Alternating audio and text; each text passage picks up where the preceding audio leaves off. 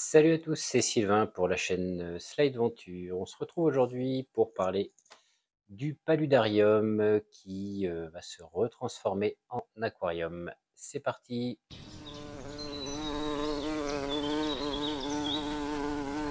Donc, je ne sais pas si vous vous rappelez, et même moi je ne me rappelle plus de la dernière vidéo du paludarium, mais ça a pas mal changé depuis le début. Parce que on a eu pas mal de soucis et aujourd'hui avec la conjoncture actuelle, je dirais, je vais repasser ce paludarium en aquarium. C'est-à-dire que toute la partie plante émergée ici, avec tout l'espace qui se trouve derrière moi, qui est plein de pouzzolanes, va disparaître. Je vais mettre les plantes en pot. Et puis, bah, bien sûr, je vais remplir l'aquarium au maximum. Donc, c'est un bac qui fait 240 ou 250 litres. Et l'idée, en fait, à la toute fin, normalement, c'était de toute façon de supprimer une partie de ces plantes et de mettre des crabes vampires sur la partie, on va dire, terrestre qui sort de l'eau. Mais je vais abandonner le projet. Regardez, j'ai je vais dire un tétraodon, un néon noir qui fait un truc bizarre là-bas. Bref. Et je vais vous raconter un petit peu ce qui s'est passé depuis la dernière vidéo. Donc ici, juste derrière moi, en fait, il y avait une espèce de falaise de galets à la base et la partie qui finissait comme ça en partie émergée avec les plantes plantées dans la pouzzolane. Les galets servaient à maintenir la pouzzolane en place et qu'elle ne tombe pas dans le bac.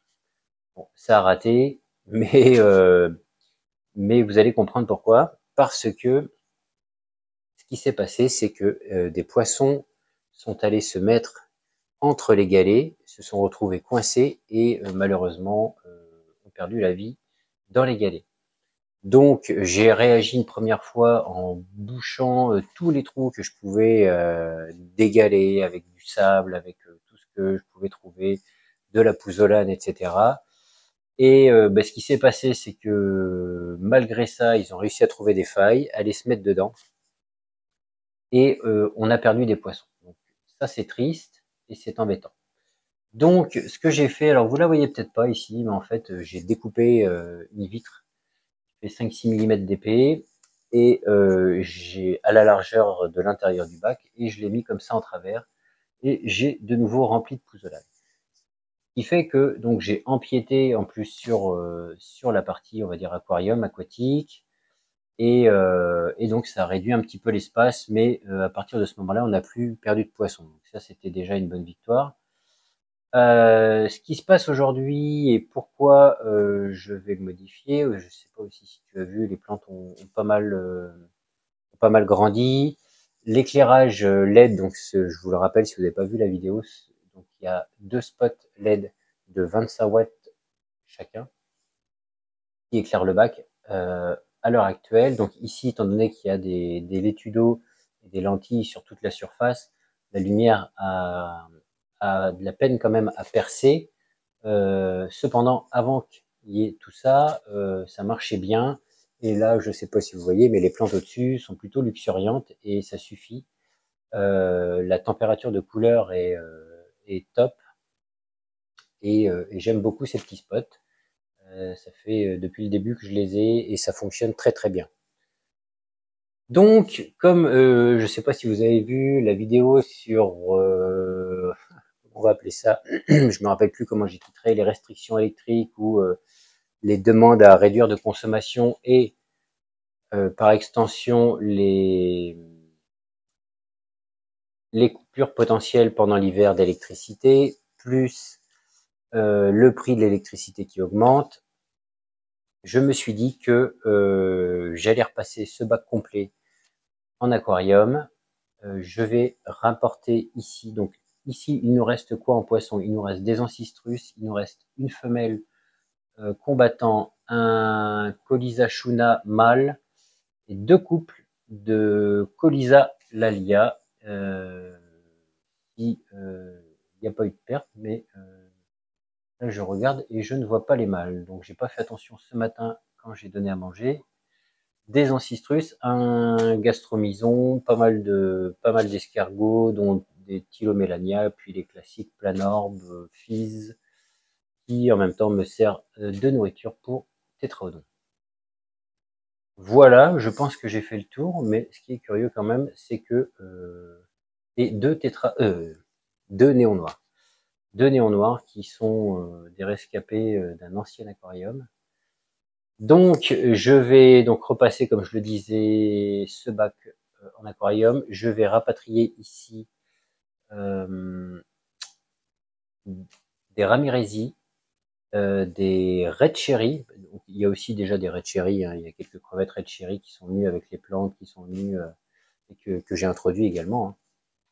Mais j'avais un aquarium dédié aux Red Cherry et un aquarium dédié aux Ramirezi. Donc, étant donné que là, c'est hyper planté, je me suis dit que ça ferait pas mal de cachettes et je vais rapatrier également, bien sûr, des plantes et des cachettes de mes deux autres bacs dans celui-ci. Et donc, je vais arrêter 2 aquariums.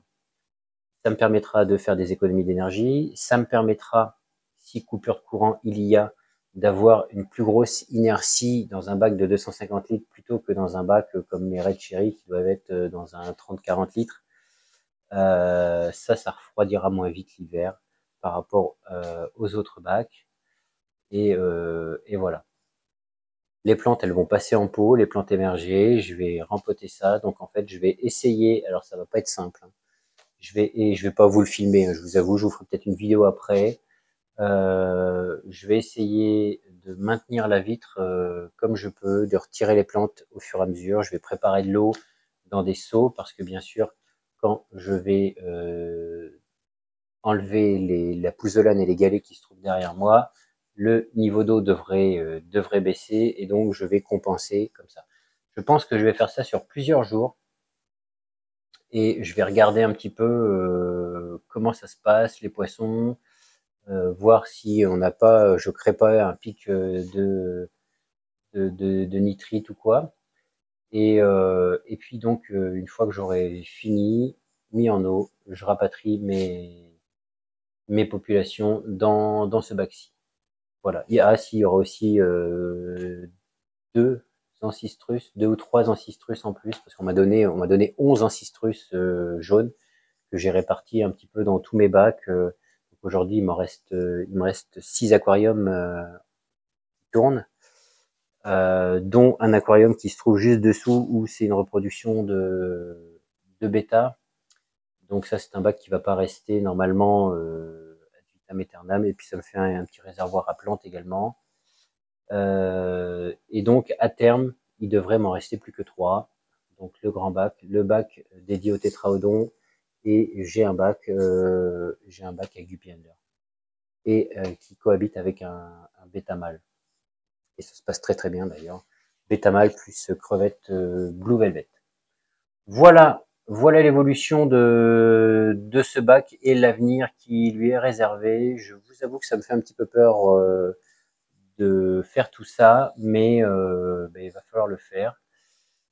Puis ça me permettra aussi, parce que là, donc il y a un système de brumisation qui se déclenche et normalement il y a le couvercle là que j'ai enlevé.